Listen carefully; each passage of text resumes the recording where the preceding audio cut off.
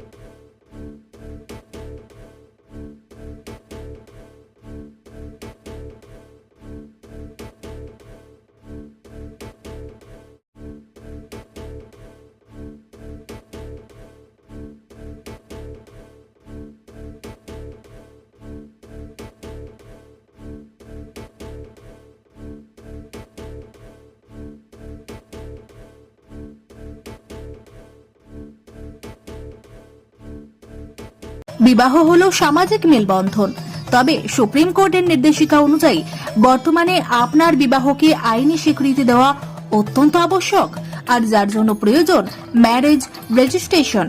তবে আইনি স্বীকৃতি ছাড়াও উত্তরাধিকার প্রাপ্তি, সামাজিক আর্থিক সুরক্ষা ও পেনশন প্রাপ্তি, passport, visa, ration card, voter card, Aadhaar card, ব্যাংকের পাসবই প্রাপ্তি প্রভৃতি গুরুত্বপূর্ণ ডকুমেন্ট তৈরি করতে ম্যারেজ সার্টিফিকেটের একটা বিশেষ প্রয়োজনীয়তা রয়েছে।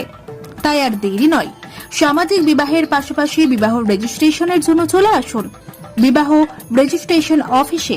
ঠিকানা রঘুনাথপুর দিনুবাবুর ঘেরার পিছনে কমিউনিটি হলের সামনে। সোম থেকে শুক্র বেলা 11টা থেকে বিকেল 4টে পর্যন্ত ম্যারেজ রেজিস্ট্রেশন করা হয়।